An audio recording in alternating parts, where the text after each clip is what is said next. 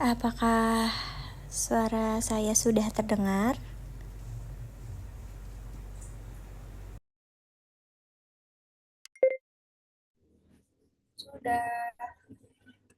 Sudah. Sudah, Bu Guru. Oke, baik ya, sebentar ya. Udah gak tadi. Oke, oke, baik. Assalamualaikum warahmatullahi wabarakatuh. Waalaikumsalam warahmatullahi Waalaikumsalam warahmatullahi wabarakatuh. wabarakatuh. Ya, baik. Terima kasih untuk semua teman-teman saya yang sudah bergabung dan mengikuti pertemuan Zoom kali ini. Perkenalkan, nama saya Dina Dwi Jaya dari Prodi Gizi Cirebon, Poltekkes Tasikmalaya. Di sini saya akan melakukan penyuluhan yaitu tentang pendidikan budaya anti korupsi. Ya, sebentar ya, saya sedang melakukan ngirim PPT-nya terlebih dahulu. Nah, apakah sudah terlihat jelas PPT-nya? Sudah. Yang ini. Baik, terima kasih. Bisa dilanjut ya. Kita mulai.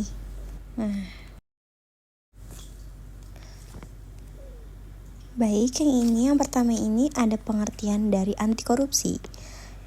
Seperti yang sudah teman-teman ketahui, anti korupsi ini adalah suatu sikap, tindakan, dan upaya yang bertujuannya itu untuk mencegah, melawan, dan juga untuk memberantas korupsi dalam berbagai bentuk korupsi sendiri, merujuk kepada penyalahgunaan kekuasaan atau wewenang untuk keuntungan pribadi atau juga bisa kelompok, baik berupa suap, penggelapan, nepotisme, maupun manipulasi data.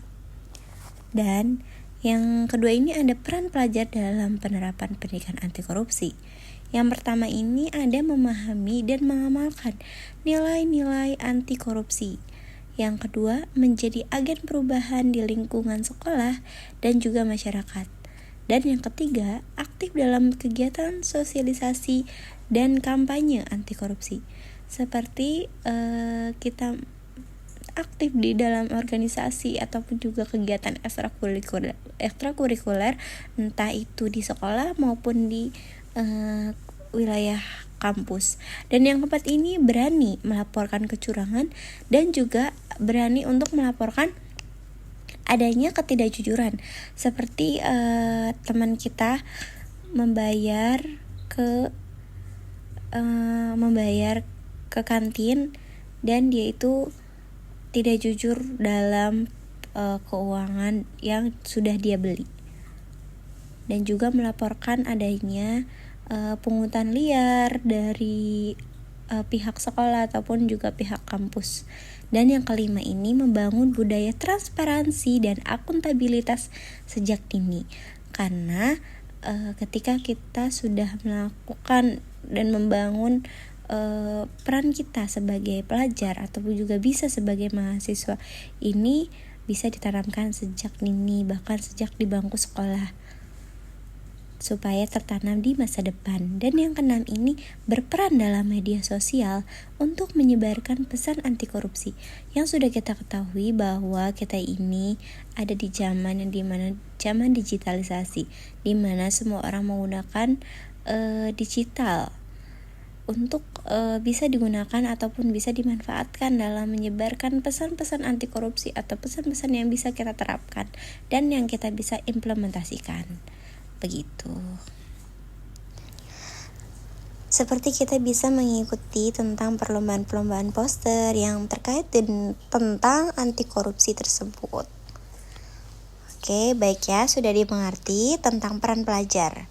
Lalu selanjutnya ada upaya pencegahan korupsi melalui penerapan dan juga penguatan karakter anti korupsi. Dan ini yang biasa dikenal ini ada 9 prinsip. Yang pertama ini jujur, peduli, ada mandiri, ada disiplin, tanggung jawab, pekerja keras, kesederhanaan, dan keberanian ataupun juga keadilan. Jujur yang biasa kita kenal ini sikap yang lurus hati dan juga tidak berbohong dan juga tidak curang. Dan yang kedua ini ada peduli. Nah, peduli ini sikap yang memperhatikan kondisi akan sekitar kita. Dan yang ketiga ini ada mandiri. Mandiri itu berarti berdiri di kaki sendiri. Dan mandiri ini tidak bergantung pada orang lain. Dan disiplin ini sikap yang tidak membuang-buang waktu. Disiplin ini adalah sikap yang mempedulikan waktu dan juga menghargai waktu tersebut. Ketika kita belajar ataupun mata kuliah ataupun jam sekolah di jam 6, kita seharusnya ini tidak membuang-buang waktu dan kita harus menghargai waktu tersebut supaya tidak terlambat, seperti itu. Yang kelima ini ada tanggung jawab. Tanggung jawab itu berarti sikap yang dimana kita ini harus bertanggung jawab dan amanah, dan juga tanggung jawab ini orang yang bisa diandalkan. Dan yang keenam ini ada kerja keras. Ada kesederhanaan, keberanian, dan juga yang lainnya. Tujuannya ini saya melakukan penyuluhan pendidikan budaya anti korupsi ini. Saya berharap yang pertama ini kalian semua teman-teman membangun kesadaran siswi, siswa, ataupun juga mahasiswa teman-teman semua terhadap budaya anti korupsi. Dan yang kedua, meningkatkan kesadaran terhadap peran pelajar ataupun juga mahasiswa. Dan yang ketiga ini, saya berharap sekali kalian semua ini mempunyai rasa yang menumbuhkan sikap jujur dan juga sikap yang bertanggung jawab di lingkungan sekolah maupun di lingkungan pendidikan, bahkan masyarakat. Dan yang keempat ini, mengetahui apa yang harus diterapkan dalam budaya anti korupsi di lingkungan sekolah, di lingkungan sekitar, maupun di lingkungan pendidikan lainnya. Nah, mungkin seperti itu penyuluhan yang bisa saya sampaikan. Dan itu ada beberapa tujuan, yaitu ada 4 tujuan mengapa saya melakukan penyuluhan. Saya berharap besar sekali kepada teman-teman saya yang saya banggakan, bahkan kalian semua yang sudah bergabung dan mengikuti penyuluhan di pertemuan kali ini. Nama saya Dinda Dwi Wijaya. Dan materi yang saya sampaikan ini sudah selesai.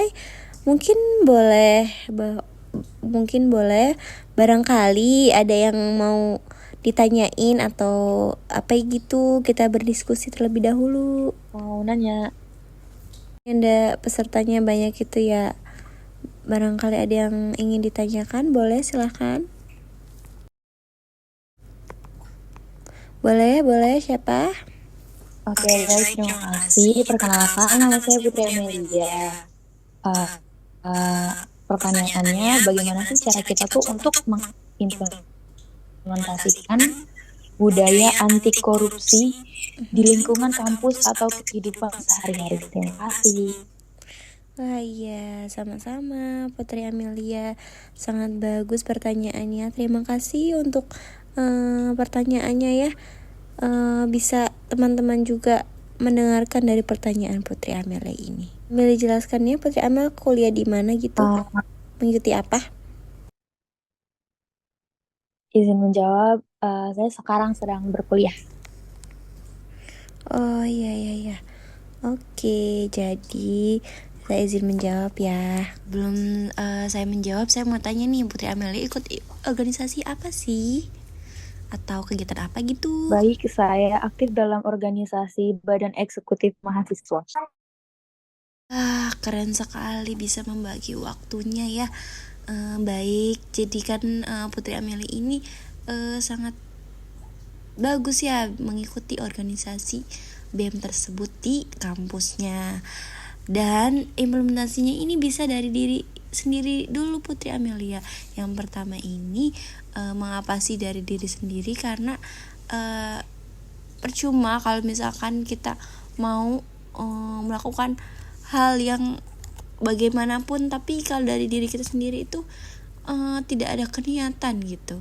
Jadi yang pertama ini dari diri sendiri, seperti contohnya jangan mencontek ataupun melakukan plagiarisme gitu. Dan itu adalah termasuk hal yang sangat disayangkan sekali gitu, dan merugikan juga untuk diri kita sendiri. Yang kedua ini melakukan kegiatan organisasi seperti tadi ya, Putri Amel yang mengikuti organisasi di kampusnya. Hal tersebut ini bisa menimbulkan dan bisa kalian implementasikan gitu dengan 9 prinsip nilai anti korupsi yang sudah saya jelaskan di awal tersebut gitu ya. Selanjutnya kita bisa mengimplementasikan kepada teman-teman kita semua untuk bisa menjaga sikap kita terhadap orang-orang di sekitar kita dan mencerminkan tindakan integritas tersebut.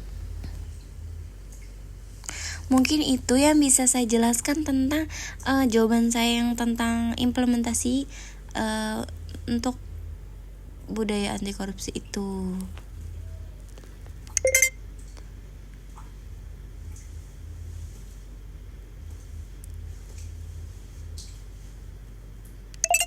Oh ya, mohon maaf sebentar ya. Nah, jadi saya ingin menanyakan kembali nih kepada kalian semua. Perwakilan aja ya. Siapa ya kira-kira? Sebentar deh, saya lihat dulu nih peserta-pesertanya untuk teman-teman semuanya. Ini ada 12 peserta ya. Ada, wow, banyak sekali ya, cukup banyak lah, lumayan. Ini ada Azah Fauzia. Apakah ada Azah? Halo, ada. Wah, iya, terima kasih Azah. Baik, jadi saya ingin bertanya nih, ingin menanyakan. Perkenalkan teman-teman, aku Azza Fauzia.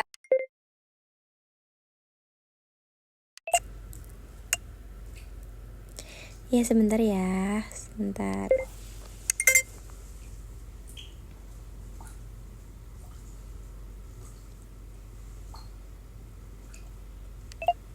Nah, jadi yang tadi saya tanyakan ini ada 9 nilai prinsip anti korupsi yang bisa kita kenal, yaitu nggak apa-apa meskipun nggak 9 juga, entah 4 atau 5. Penting salah satunya ada yang diingat-ingat gitu ya. Yang meskipun apa gitu semua juga nggak apa-apa, seingatnya aja, santai aja, nggak apa-apa, yang penting ada yang paham gitu dari materi yang sudah saya sampaikan. Oke, tadi saya menyimak penjelasan dari Dinda terkait upaya pencegahan korupsi itu. Yang pertama yang saya ketahui, yang pertama ada jujur, yang kedua ada peduli, yang ketiga ada mandiri, yang keempat ada disiplin, yang kelima ada tanggung jawab, yang keenam ada kerja keras, yang ketujuh ada kesederhanaan, yang kedelapan ada keberanian, dan yang kesembilan ada keadilan. Oh wow, ternyata hapus dulu tuh Azza. Sorry, maaf tadi mikrofonnya hapus tuh Azza. Tadi mikrofonnya mati.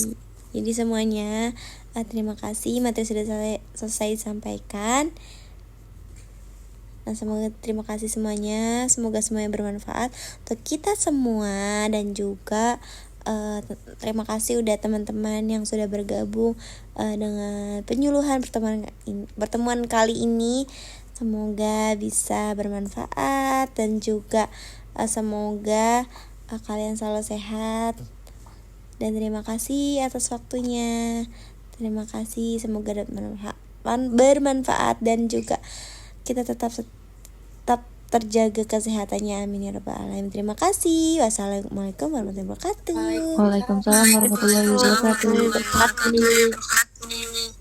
Makasih banyak semuanya. Ya, makasih ya. Dah.